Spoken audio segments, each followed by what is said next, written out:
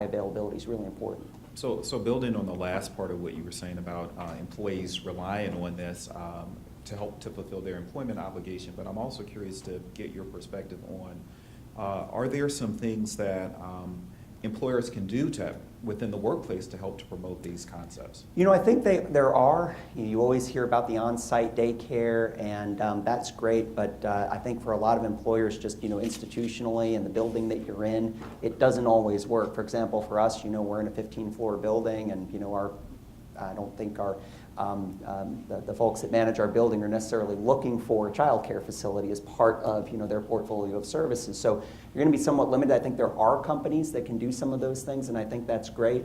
There are, of course, financial help that you can provide to employees that might be able to help them. But I think the single most thing that we can do is try to build in a certain amount of flexibility into work schedules and the ability for folks to work from home should they have an issue, and then really advocate. At the end of the day, this is really about having a social service that's available to folks regardless of their ability to pay, that is available to employees. And I think that's probably the single most important and broadest thing that we can do as employers, is say, hey, this is really important and we should really figure out a way to better fund it and have it much more widely available so that all of our employees can benefit from it.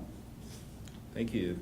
So Milton, you have seen this issue play out really in Atlanta through the United Way, and I'm just curious about your perspective. The United Way is engaged in a broad range of activities. I'm sure many people in this room are familiar with the great work that occurs with the United Way here. But I'm curious, why is it important? Why is this issue around early learning, early education, why is that important to the United Way? Well, the United Way's involvement goes back to the mid-90s. And so the organization has not come to this as a newbie. Decades ago, recognizing many of the things that Kevin talked about, the positive impacts related to kids, but also the positive impacts related to employees and businesses. But I think fundamentally, the organization believes in the growth of human potential. It believes that the region can't succeed if children don't succeed. And so the start at the very beginning, and we're talking about age 0, the investments that we have helped to champion, and Bill Garrett has been involved in that when he was with United Way, and supporting what the governor was trying to do. So we've been at it for a long time, recognizing it's fundamentally about human potential. It's fundamentally about ensuring children have the best start in life. And it's about building continuum of education, recognizing it's not just kindergarten through 12. It's 0 through 24, 25, depending on who you talk to. My own child is 34 and he's still maturing. So I think we're talking 0 to 34 plus, and the 2 grandkids that he's given me. So we got a lot of work to do to make sure this cascades more broadly across the region. The other thing I'd say, Todd, is we're fortunate to have somebody like Kevin who gets it. But I get to talk to a lot of CEOs, and I don't want to overstate how many of them get it like he does. The best thing we can do is have more employers understand that connection, understand the positive impact, and build a sense of commitment within their workforce, HR, and their corporate officers to the kinds of environments that Kevin was talking about that I think will inure to the benefit of all of us. We've got a lot more work to do to build an advocacy bench of CEOs that remain committed to this for the long term. So I want to follow up on that, Milton, because even though we'd like to claim you as being here in Atlanta, we know that you've had experience in other locations as well. So I'm curious about your perspective about what you think is working well here, and then where are some areas of improvement, particularly based on your perspective of coming from other areas of the country? Sure. Well, I think, given the fact that as I said earlier, not only has United Way been involved in this for decades, but sort of the state as well. I mean, there's a lot of energy, a lot of commitment, a lot of history here, and Amy is one of a group of passionate leaders who have sort of taken on the sense of responsibility that the state has for ensuring this universal access. And while we've got a little ways to go before it's fully realized, the commitment is there. So you see that. You see the commitment to quality. You see the consistent commitment to quality. You see home visitation. You see all of the things that Rob talked about playing out across the state and across the region, and we're happy at United Way to be a part of many of those things. One thing that I haven't seen as much here that I did see when I ran the United Way in Boston was an intense focus on the articulation between early education and kindergarten. I mean, what we were trying to do in the city of Boston was really around how do you bring early education professionals and kindergarten teachers and kindergarten principals together on a consistent basis so that there was no real handoff from early education to kindergarten. It was in a seamless effort. I haven't seen enough of that here, and we've sort of run into a few problems as we've tried to roll those things out. So that would be one more plank that I would say I'd put on the floor of what we're trying to do that would strengthen our efforts here at the state. Commissioner Jacobs, the state just announced the results of its own study assessing the economic impact of early education. And so there were some interesting findings. So can you share a little bit about some of the key findings? I can, and Kevin alluded to some of them, but I don't think we can talk about it enough because I was really impressed with how big the numbers are. But the child care industry in Georgia is a $4.7 billion industry in Georgia. It educates 337,000 children, employs 67,000 individuals, and allows over 500,000 parents to go to work and earn about $24 billion a year. So I think that's pretty impressive, and I think when we look at what it compares to pharmaceutical manufacturing, it compares to the retail stores in healthcare and in home improvement. So it's an important industry. It's not just a service, it's actually an economic engine in Georgia and in the communities. So I know that this report is fairly recent. Have you had an opportunity to think much about what happens next and how we might leverage the results of this report? Absolutely, and I would say it's perfect timing, given some of the work that we're doing at DeKalb and at the state level with the Governor's Education and Reform Commission. That he has an early education subcommittee where we were charged with looking at how do we expand access for Georgia's pre-K program, but also how do we expand access for children birth through 3 to our quality rated program, which is Georgia's indication of quality in child care throughout the state.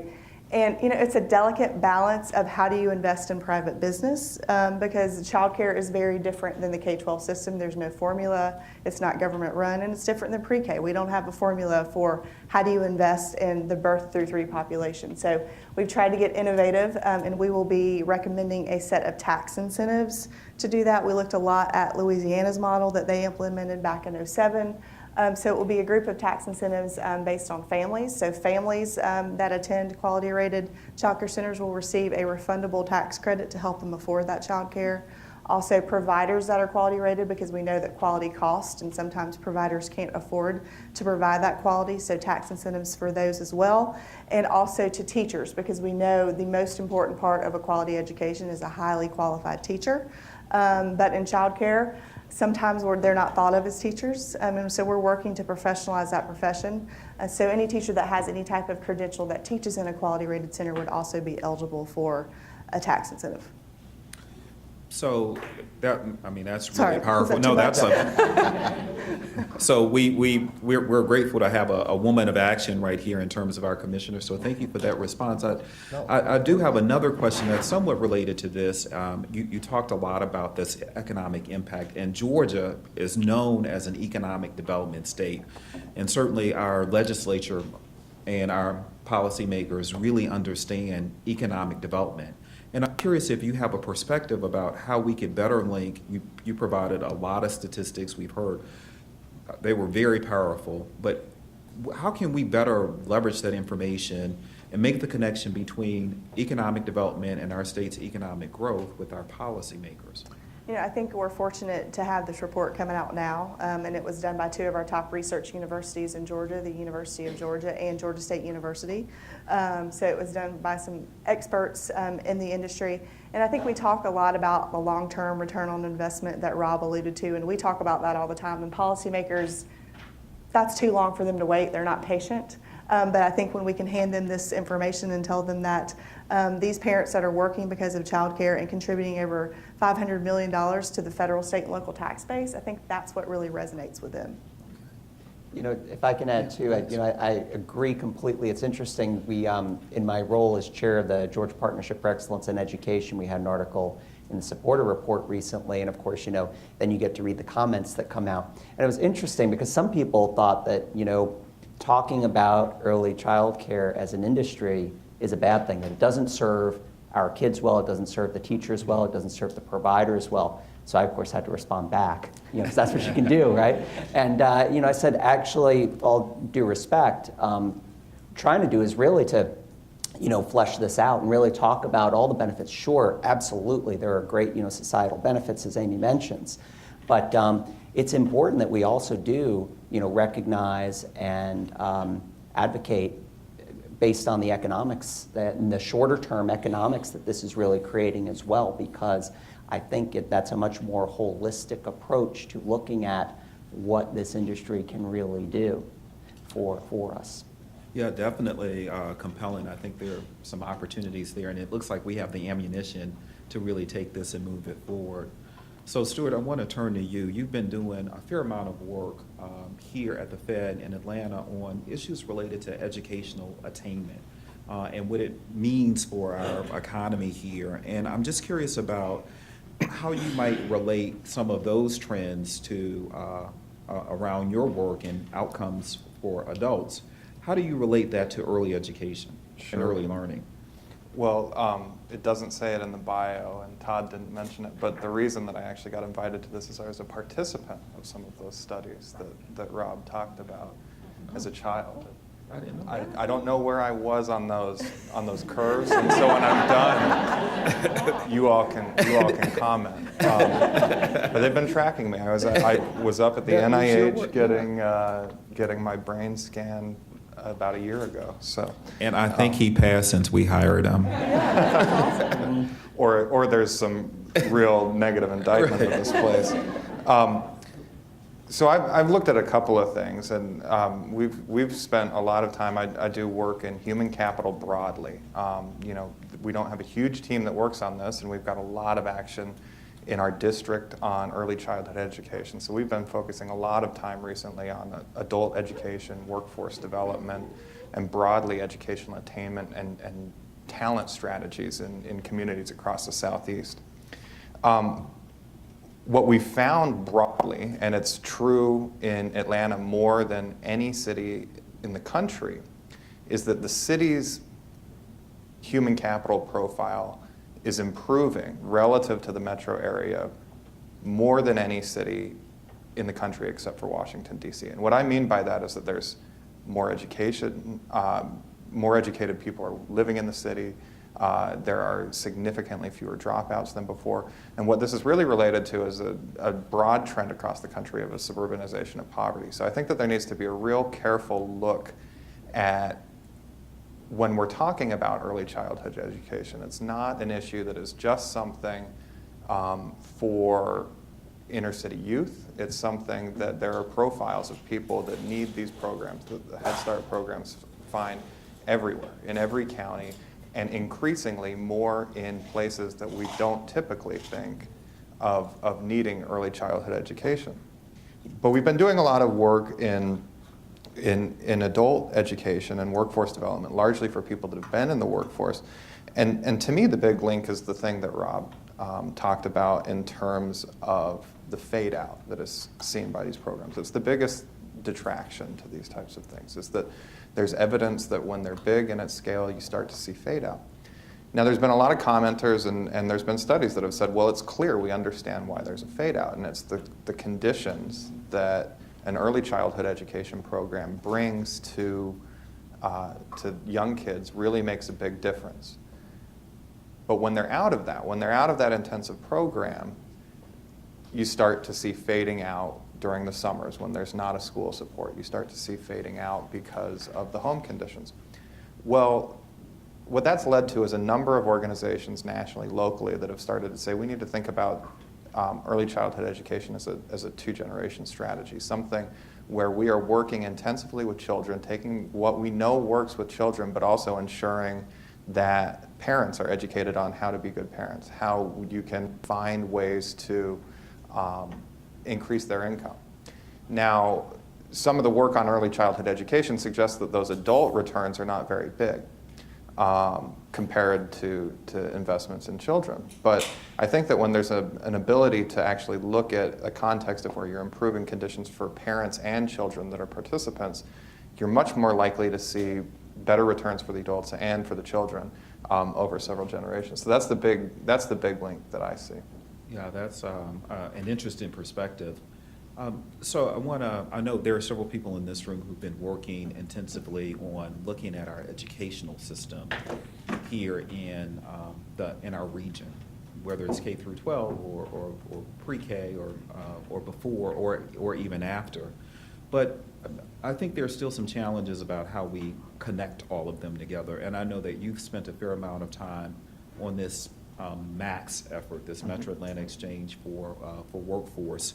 So can you make a relationship between the work that may be going on, for example, at Gears and MAX, and is there an opportunity for coalescing some of these concepts? Yeah, and I'll give a very brief introduction to what MAX is. That's not my dog. It's the Metro Atlanta Exchange for Workforce Solutions, which is a group of stakeholders. I'm going to be brief on the introduction to this because I see a number of people in the room that have been involved, including the United Way, which has been a great supporter. It's been a broad group of stakeholders that has looked to develop better alignment with the business community, with providers of workforce development, because of essentially the current landscape of what workforce development is. Funding comes from a wide variety of sources, from philanthropy, from government, from different sources of government, state, local, federal, streams that are from the federal government that can be from 23 different agencies and programs. So what you end up with is a system where there's often duplication, there's often some opportunities for efficiency. I think that honestly, in a lot of those conversations with Max, there's been conversations about how a lot of the efforts that have happened in early childhood education can be replicated for adult education. I think the other thing to do is to start thinking about how the two broad efforts might work together as well to figure out, my hope that some of the adult education and early childhood education programs can be brought together to think about how you pair training and early childhood education that can then get someone into the workforce. Okay. Rob, I'd like you to come back up to the panel, please.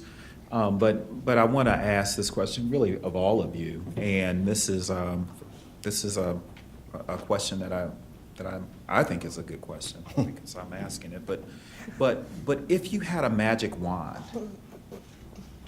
and what would you do here in Georgia? I mean, we have a lot of opportunities here to improve, and I actually think that this is an economic development strategy. This is a great way for us to think about Georgia's economic vitality, but it's also a great way for us to be thinking about how we build better families in Georgia, how we have children. I mean, there are lots of externalities that are associated, as Rob talked about, with respect to this topic. So if you had a magic wand, and I'm going to come to you last, I'm going to come to you last. So what do you think?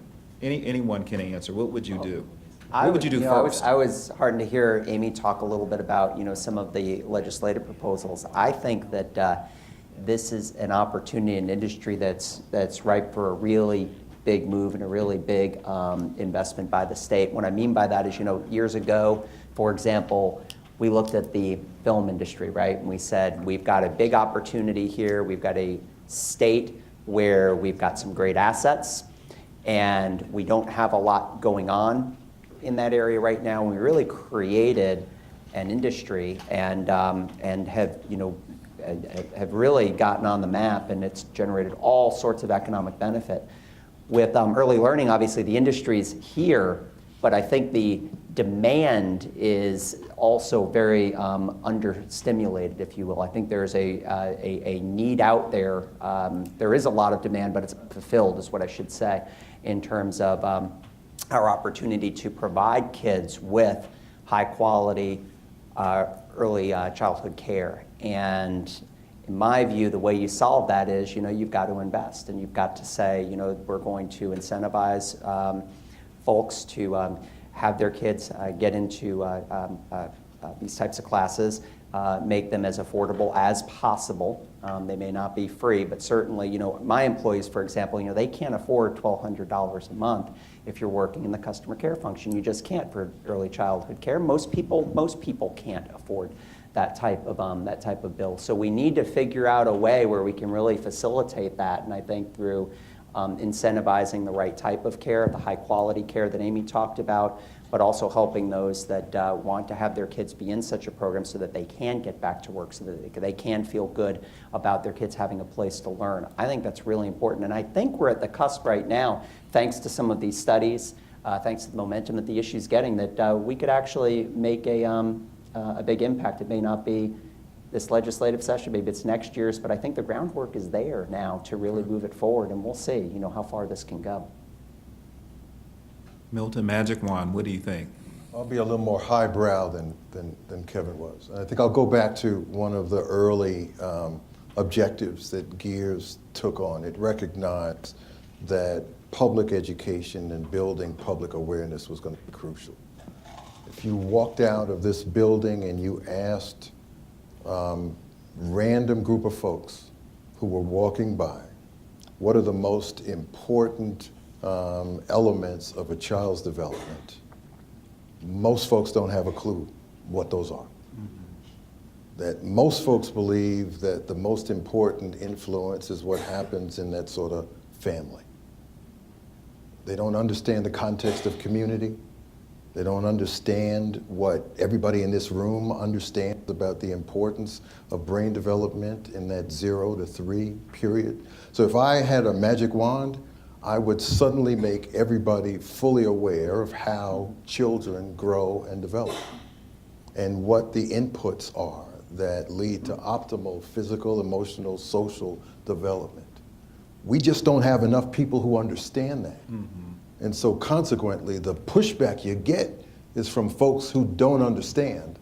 And so they take a very narrow view of what daycare is all about, or what family responsibility is.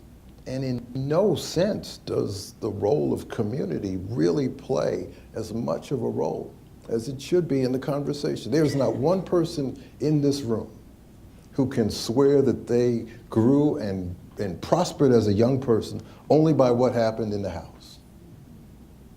It was school, it was church, it was a coach, it was a mentor, it was all host of other things that were part of a healthy community that led to us being healthy, or at least acting like we're healthy.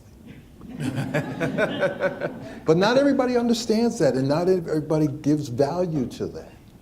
And so until I think, well, that's my magic wand. Okay. Somehow everybody becomes fully aware that it takes a whole lot of stuff to raise children, and the family and early education are just inputs, but they by themselves won't get it done. So Milton, how might you do that? I mean, so that's not something, we don't really learn about that in high school science class, and quite frankly, I didn't know a lot about this until I became involved with Gears. So, how do you have any ideas about what's a good way to get that mechanism going, or how to operationalize I think we just, there's no silver bullet here. I mean, there's nobody in this room that got a manual on how to raise kids, other than my mother's old Dr. Spock book. I mean,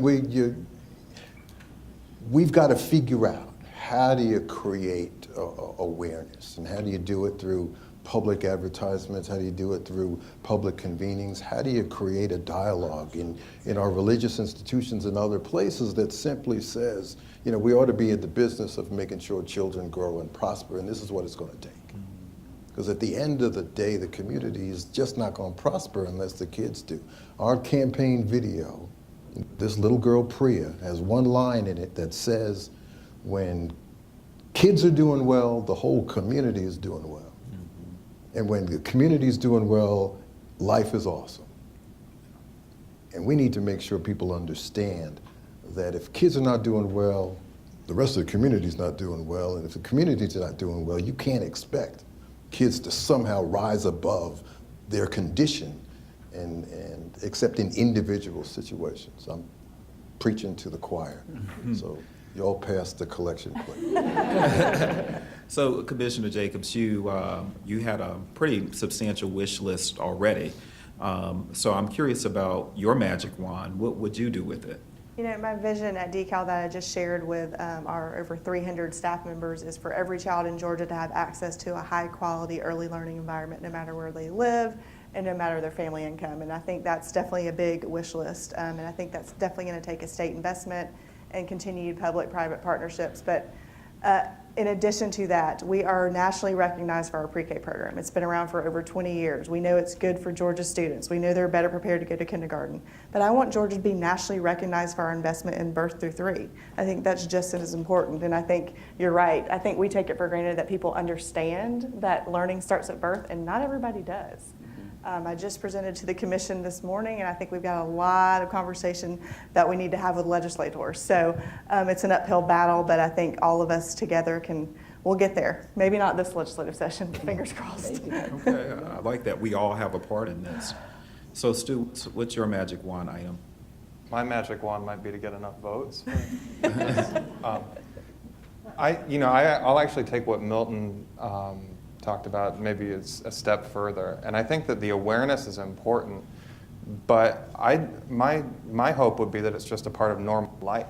I think that a lot of our early experiences weren't that we went to church or we went to play baseball and be involved in the community and with our family because we understood that we were doing it as a learning aspect, but it was a part of life. And so I hope that we can make it where all of that learning happens, people appreciate it, but it's just something that's systematic. It's something that happens for people as a normal part of their daily life. Nice. Rob, what about you? You've had a lot of time to think about this, so Yeah. Let's make it a good one. Well, perhaps the magic wand would be that all policy is child development driven.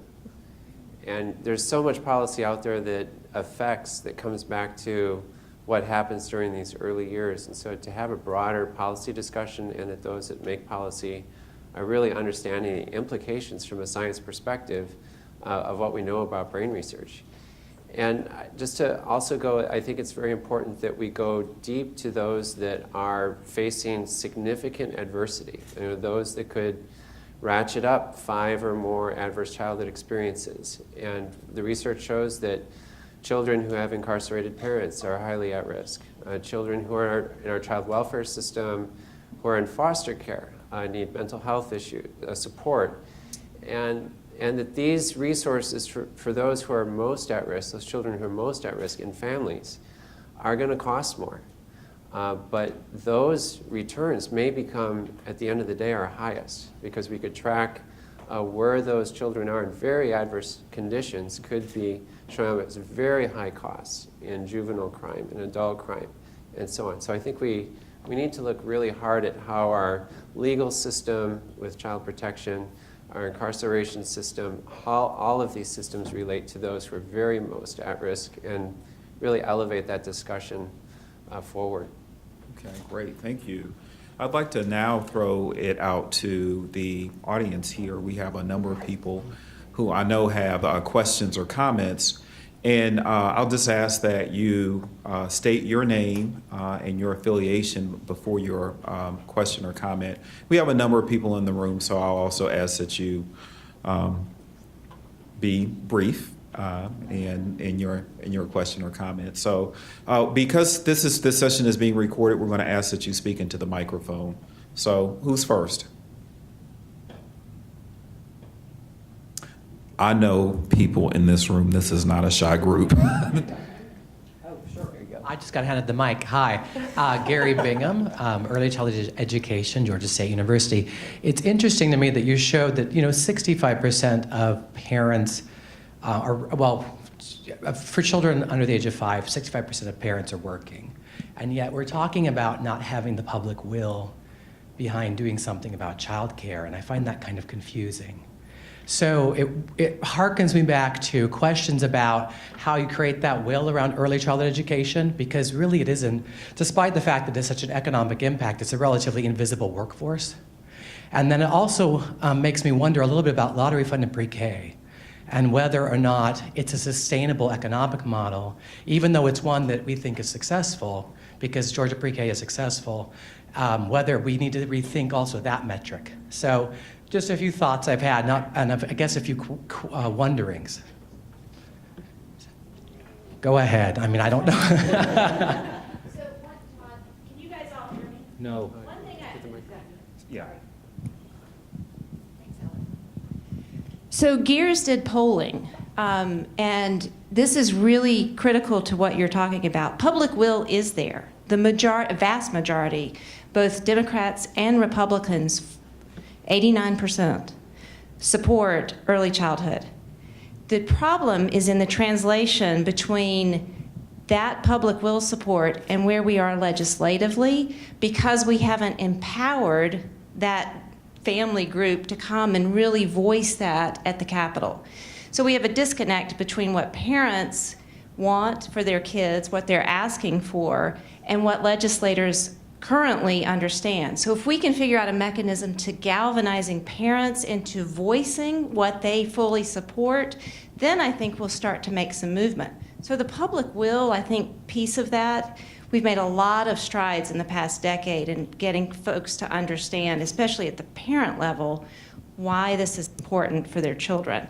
So this public engagement piece that Milton spoke with is one that we are still wrestling with. What is the best way to get families to move so that they will, speak out on behalf of this? And we would welcome any input anyone has. But I thought that the 89% support that we have statewide on both sides of the aisle was really important to mention. The only thing I'd add to that is I've had a chance to talk to, some legislators who've got their children in early education programs. And sometimes there's a disconnect between a sense of personal convenience and public responsibility and public obligation. So what works for me to enable my wife, my husband to get to work, having a safe place with a quality program for our kids, doesn't always turn into the public's responsibility to make this available to others. And so some of that Stephanie was just talking about is how do you turn what is a personal service and a personal convenience for me into a public responsibility, because again, it inures to the benefit of the public. And so it's got to get from this is personal and it works for me and it's good for what happens in my household to what happens in community, what happens to the city, what happens in the region, if we make this available in a significant kind of and meaningful kind of way. It's interesting. I think different societies, different countries too, see this differently. Like what made us decide in the United States that 5 years old is the time where kids ought to go to school, and everybody would agree, there should be public education by the time you're 5, right? But then you start, and we made that move towards 4 with pre-K here in Georgia as well. But then you have got a really good friend in Norway, and her kids have been in kindergarten. They call it kindergarten, starting at 6 months, and it's state provided care. It's high quality, and Everybody has it available to them. Most people use it. So it's interesting. It's a construct that develops over time. And in the U.S., our thoughts are, well, your kids start going to school at kindergarten, and they might have this kind of, mother's morning out sort of thing at their church maybe that's available for them starting at maybe 3 or 4. But to actually, take it backwards is just not something that for whatever reason we've really, kind of caught up with the notion of that. And so I think there is some work, as Milton says, to really help folks understand this stuff really does matter. It creates huge benefits, and we ought to be making this much more widely available at a much earlier age. I'll just make one comment. It's nationwide, and I noticed in Minnesota too, is we see similar poll results, as Stephanie mentioned. That there's broader support. We are getting more information out about these investments and so on. I think that when we get to the legislative process, it becomes more of a question of priority. And it's harder to get some of these investments, especially if it is for, as Milton mentioned, for someone else. And for those who are in a more disadvantaged situation, to make that a higher priority and move those dollars forward. And pre-K with funding with the lottery, I guess that's where I know that some states are struggling now with how tobacco taxes are funding their programs, because some smoking, let's say in California, is reducing and they're not having revenue, so you're always watching these special revenue streams. But I think the lottery here, and since I'm out-of-town guest, I can be controversial maybe. I don't know if this is controversial. But understanding that the other parts of the proceeds are for scholarships to have those who do well in high school here in Georgia be able to go to higher education. And that's a very powerful tool.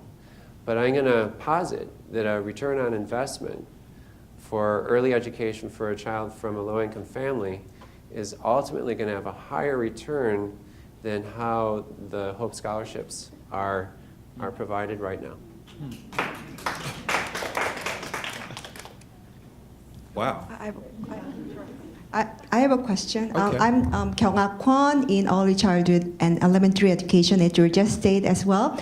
And then relating to Dr. Bingham's comments, I was, this is, first of all, this is really exciting, discussion, interdisciplinary discussion. And then I really, I was very happy to see that we do have a public will and to make an investment in this particular area. And I'm very excited to see that happening here. And then what I feel like we are falling behind other developed countries is that paid maternity leave. Because we are just talking about how important the birth through 5 is, the family engagement, the community, public awareness, right? Those kind of things. And then without considering that aspect is so important for children, families, community, and workforce, and economics too. So I just wondering about your opinion on that particular issue. I can start. I'm going to start with the premise that it's very important. I'm going to start with the premise that it's very important for our business community to be on board with these type of investments. And I know that maternal-paternal leave policy is a discussion that they want to be at the table. I know that some of the discussion around it is, let us move policy forward from the private sector ourselves. Let's not make it a full regulated system coming from government. So I think it's important to understand how this plays. With that said, brain research would say that having parents involved with their children more in those early stages is very good for development. And as a society, if we can come together and figure out how to pull this off, that would be ultimately good. Ultimately would be a benefit for those kids and families. Okay, other questions? Cliff Johnson, Georgia State University, and I do not represent the university with my question. How is it we talk about being so caring about our children, yet we have an $18 trillion deficit, which is costing billions of dollars every day just to service that debt? And so we are, in effect, we are burdening our children in the future with a huge debt. Plus, the amount that we're having to pay for that debt is limiting the discretionary funds that could go for the very thing we're talking about today. So in this place of money, would one of you talk about why we continue to increase our debt and the effect that it has on the very thing we're talking about, which is our youth? I'm going to take that question. And it's going to be really easy for me to answer. And that is that here at the Fed, we manage the nation's monetary policy, not the fiscal policy. So we're not even allowed to talk about fiscal policy. So I'm sorry, I'm going to have to punt on your question, but I think it's a good question, and perhaps it could be answered at some point, but not in this setting. So other questions?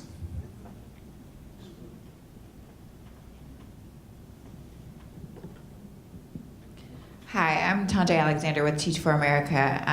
Mr. Little, you mentioned that you all had started programs to bridge the gap between pre-K programs and K through 12, but you ran into some challenges. Do you mind sharing what some of those challenges are and what you are doing to kind of